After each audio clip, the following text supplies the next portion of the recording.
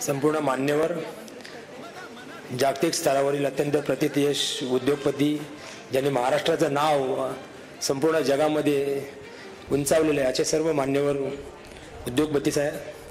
त्याप्रमाणे आजच्या कार्यक्रमाचे प्रमुख अर्थसंकेतचे प्रमुख सन्माननीय श्री अमितजी बागवे, त्याप्रमाणे सौ रचना बागवे आणि बंधू आणि भगिनींनो, आज या प्रसंगी सर्वप्रथम मी अर्थसंकेत आणि श्रीमान बागवे कुटुंबियांचं खरोखर मनापासून आभार व्यक्त करतो की आजचा हा जो कार्यक्रम आहे हा वेगळा आहे। कार्यक्रम आपल्या महाराष्ट्रातील जे नामवंत उद्योगपती आहेत, जे व्यावसायिक आहेत, त्यांचा व्यवसाय अजून पुढे जाण्यासाठी, जगभर प्रसिद्ध होण्यासाठी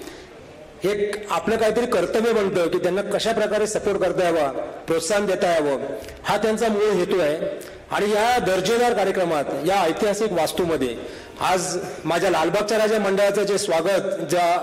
आदर किंवा सन्मान त्यांनी केला आहे त्याबद्दल खरोखरच मी मनापासून त्यांचा प्रथम ऋण व्यक्त करतो। लालबागचा राजा सार्वजनिक गणेशोत्सव मंडळ 1934 साली स्थापन झालं आणि आज आपण या ठिकाणी त्यांनी आमच्या मंडळाच्या कार्याची एक व्हिडिओ क्लिप आपल्यासमोर सादर केली। खरं तर लालबागचा राजा सार्वजनिक गणेशोत्सव मंडळ हे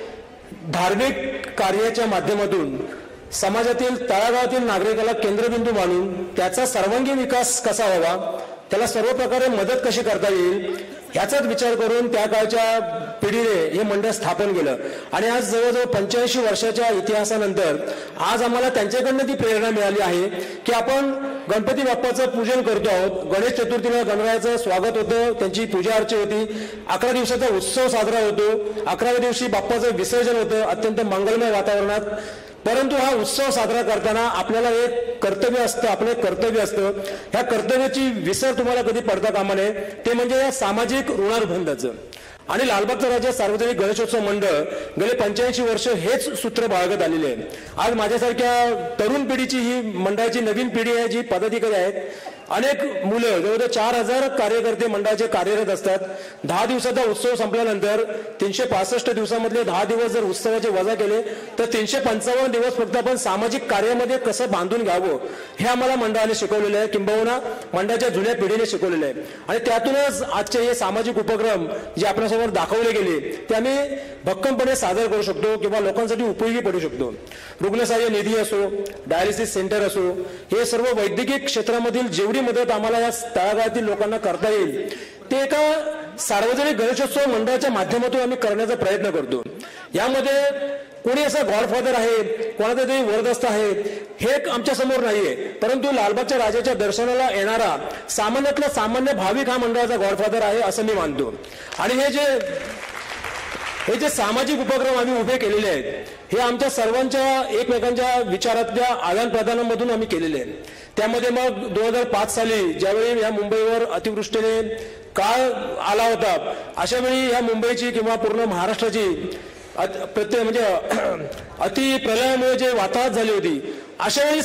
समाजाला काहीतरी आपण द्यायला पाहिजे। त्या ठिकाणी जाऊन तिथल्या नागरिकांना आपण कुठल्या प्रकारे मदत करता यायला पाहिजे, त्यानंतरचं विकास काम कुठल्या प्रकारे आपल्याला करता यायला पाहिजे, ह्या गोष्टीचा विचार या मंडळातनं आम्ही केला। आणि हे जे कार्यकर्ते आहेत, या आजचे असो किंवा जुन्या पिढीतले असो, ह्या विचारांच्या देवाणघेवाणातून आम्ही काहीतरी सामाजिक उपक्रम किंवा सामाजिक प्रकल्प तिथे राबवतो।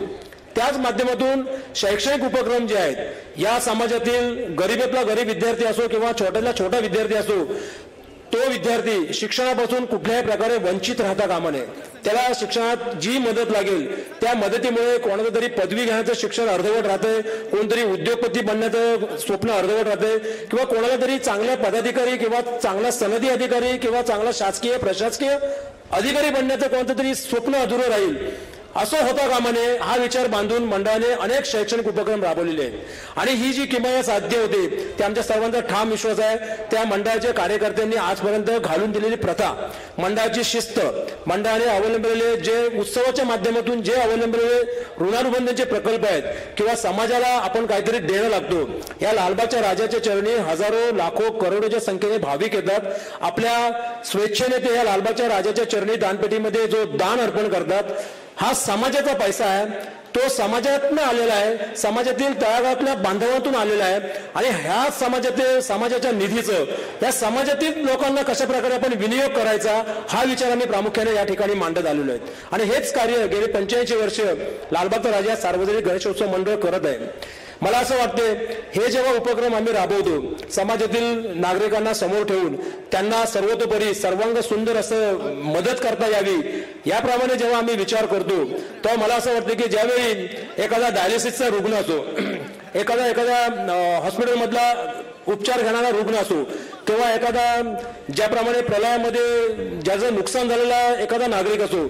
त्याला जेव्हा मदत जाते या मंडळाच्या शैक्षणिक उपक्रमांमधून एखादा उच्च शिक्षित विद्यार्थी जेव्हा आमच्याकडे येतो आणि तो जेव्हा आम्हाला प्रामुख्याने सांगतो की मला मंडळाची कुठेतरी मदत झालेली आहे आणि हे जेव्हा मी बघतो तेव्हा आम्हाला असं वाटतं की खऱ्या अर्थाने हा देवबाप्पा त्यांना पावलेला आहे, हा लालबागचा राजा त्यांना पावलेला आहे आणि या सामाजिक उपक्रमातून जेव्हा काही भरीव कार्य आमच्याकडनं निर्माण होत असतं किंवा कार्य आम्ही करत असतो तेच गणपतीची खऱ्या अर्थाने पूजा आहे आणि ही पूजा अखंडपणे आपल्या सर्वांच्या मदतीने, सर्वांच्या सहकार्याने, सर्वांच्या शुभेच्छाने आम्ही याही पुढे भविष्यात अनेक वर्ष या मंडळाच्या माध्यमातून करत राहू असा मला ठाम विश्वास वाटतो. मी पुनश्च एकदा आमच्या मंडळाला लालबागचा राजा सार्वजनिक गणेशोत्सव मंडळाला या अत्यंत मोठ्या अशा व्यासपीठावर आम्हाला जो सन्मान दिला, मान दिला त्याबद्दल मी खरोखरच अर्थसंकेत त्याप्रमाणे अमित बागुळे आणि सौ रचना बागुळे यांचं मनापासून आभार मानतो.